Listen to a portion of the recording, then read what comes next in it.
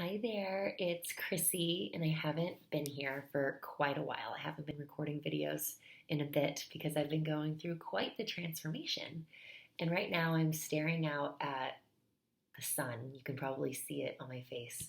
And the sun is about to set into the ocean because I can see the ocean from my desk.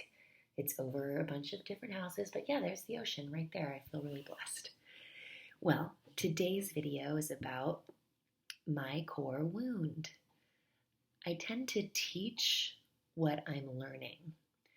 And recently I've been having a big learning around my own core wound. And you'd think after the lifetime of transformational work I've done at this point and the questions I've been asking ever since I was a little girl would have led me to knowing what my core wound was long before this video. But the truth is, I just figured it out about a month ago.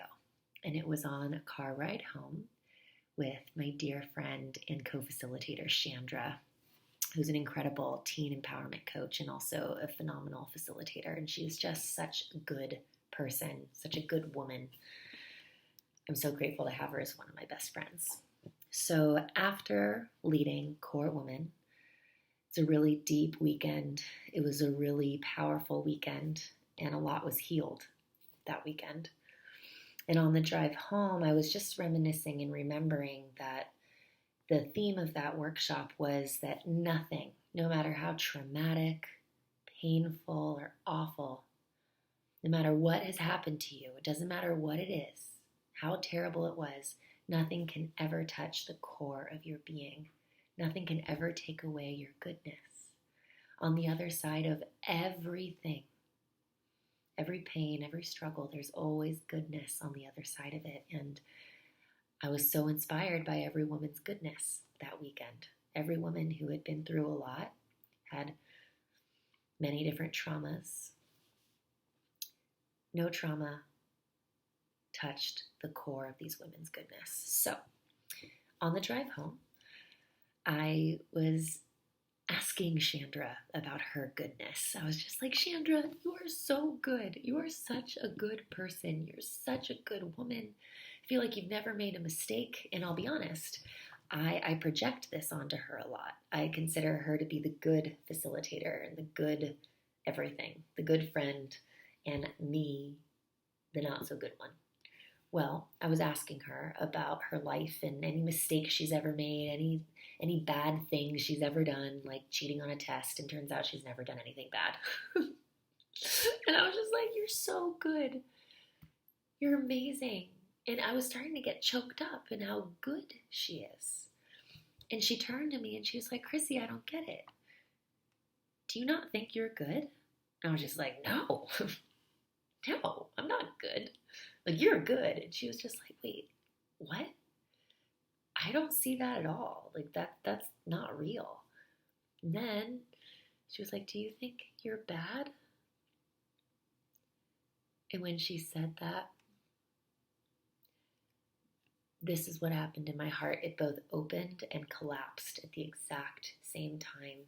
And I saw my whole life pass before my eyes. I saw the first time I started believing that I was bad. I was 3 years old, and my babysitter made me very wrong for making a mistake, and she hurt me, called me a bad girl. And after that, I internalized that so deeply that every choice I made, every interaction I had at school was always an expression of me being bad. So I started believing I was a bad student. And I went to resource and I had to receive a ton of extra support because I was a really slow learner. While my friends would go to GATE, they would go to the gifted and talented education classes while I would go to resource and get extra help. So I was a bad learner. And slowly but surely that became my identity. I was bad. There was definitely some girl fights that happened in there that had me believe that I was a bad friend. Wow. And so when Chandra helped me see this, that Chrissy, I think this is your core wound, the tears started flowing and I was like, oh my God, is it. And slowly everything started making sense. It's why I became a really good athlete, because I was good at sports. I was a naturally good athlete. No one could tell me I was bad, so I just went for it. Boom. I got into college for sports. It wasn't until I was a junior in college at Cal, one of the best universities in the world, that I started believing I was a good student. Like, I got in for sports and I started believing that I was a really bad person for getting into the college for sports. And that interrupted everything. I felt so guilty. I felt so bad. And any time I've ever received feedback, like constructive criticism for ways I could improve in my facilitation, in teaching, I've taken it so personally, because it's always hit me in that wound of I am bad. And there were times when I wanted to kill myself over constructive feedback. And that is a wound that goes back a couple generations in my family that I've been healing. But this whole I'm bad thing, when that landed, my whole life made sense. But the thing is, the good news about your core wound is that your core wound always introduces you to your greatest gift. And my greatest gift is helping others see their goodness. This is why I became a teacher originally, and I went into education, because my biggest commitment was to help all of my students from the ages of 3 to 14 at times believe in their goodness. They would always believe that they were a good student. Their self-esteem was the most important thing to me. I gave extra credit for the boys and girls to raise their hand and be confused and not know, because I wanted to strengthen that muscle of not knowing and curiosity. I wanted to celebrate that and affirm it and not make anybody wrong. And I saw all of my kids' beauty and love. And there's a reason that I'm a facilitator now and an empowerment coach, because this is what I do in every single session that I have with my clients, or in every workshop. I'm holding the space for everyone's goodness, because I see it.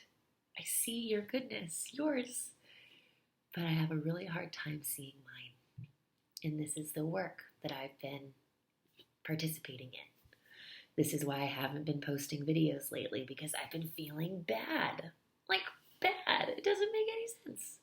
So I just wanted you to know, this is what I've been working on, healing, examining. And I promise to keep showing up and writing a new story for myself.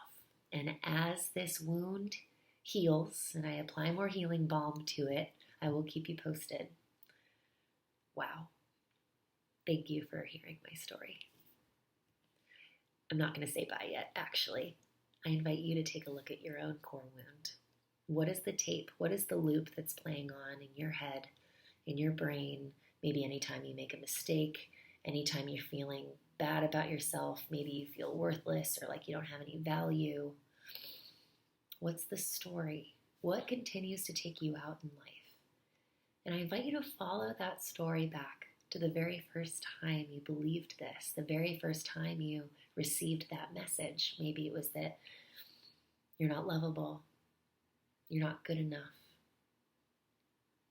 you're ugly. Just notice, because before that moment, that earliest moment, you believed that you were good, because that's how we're all born. We're born with a healthy emotional system. We're born open and vulnerable and willing and wise and healthy and loving. And then something happens and we get hurt. And that's when we start believing certain illusions like I'm bad. So the healing work that we do at CORE, formerly known as Celebration of Being, the healing work that you do with me in my coaching practice, is a remembering of who you are and a forgetting of who you're not, forgetting those illusions. But first we have to see them and we have to name them and we have to get curious about them and become aware. Because when we see it, that's when we can transform. That's when we begin to make new choices. And then the real healing work is going into the body and into the nervous system and offering it somatic healing, because the pain starts in the body and then heals through the body. This is why I help people remember who they are. When we know who we are, when we know where we come from, we make better choices. We start dating people who are attracted to our light instead of our darkness. Life gets really fulfilling and really, really good when we remember who we really are. And that's what I do, and that's what I'm doing now personally. I'm walking my talk. I'm still doing it. I'm still working. I'm still here. But the real beauty of this healing work is allowing and breathing, allowing the love to happen. Just remembering. So here's my story, and thank you for watching. Mwah.